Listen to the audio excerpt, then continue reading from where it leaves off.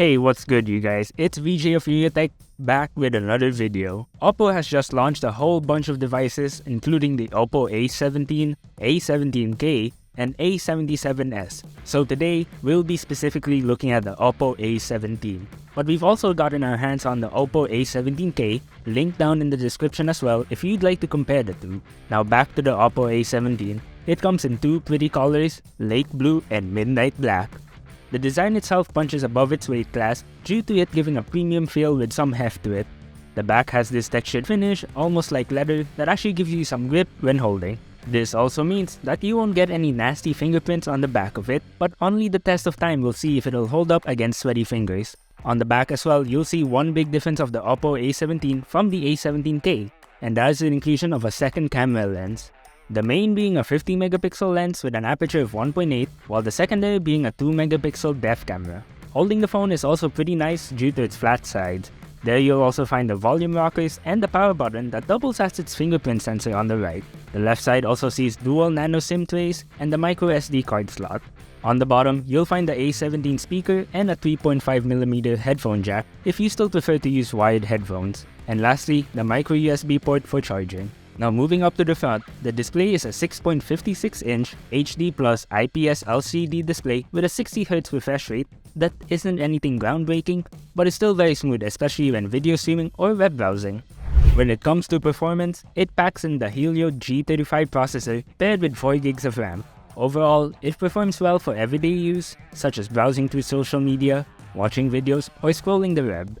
We tested some of the most popular games like Mobile Legends and Call of Duty Mobile, and from our initial testing, both ran smoothly and without any problems whatsoever. Cause despite being an entry-level phone, the OPPO A17 has an extended RAM feature of up to 4GB, essentially giving you double the RAM. This makes gameplay much smoother. But with more graphic-intensive games like Genshin Impact or Diablo Immortal, do dial down your expectations, cause we noticed that it did start to slow down a bit. But so far nothing to complain about since this is in fact an entry-level phone, and storage-wise, you get 64GB of internal storage, which should be good enough for the most part, but you can start to see all your apps and media eat up some space over time. But not to worry, cause remember that micro SD card slot? Well, it can support up to 1TB of expandable storage, which I'm not gonna lie, is even more than my laptop. So you'll be sure to have all the storage you could possibly need for your photos, videos, and more.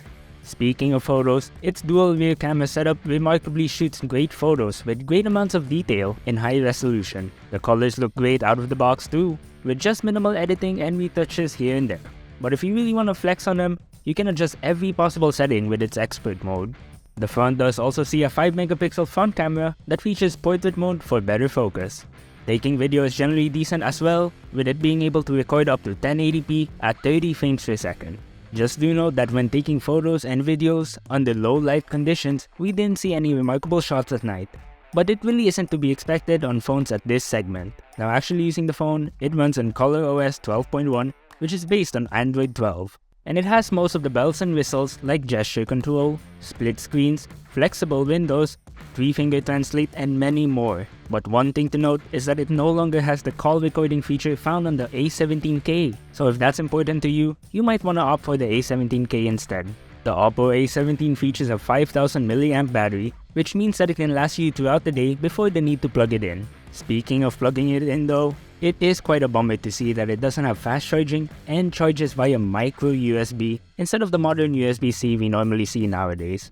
Nonetheless, if you're looking for a new budget-friendly smartphone, there is barely anything to complain about with the OPPO A17, as it does get the job done and serves its purpose of being a great entry-level phone at this price. And with it just retailing for 7,999 pesos, it makes the OPPO A17 a great value pound for pound, with its premium design and feel, good performance, and quality cameras.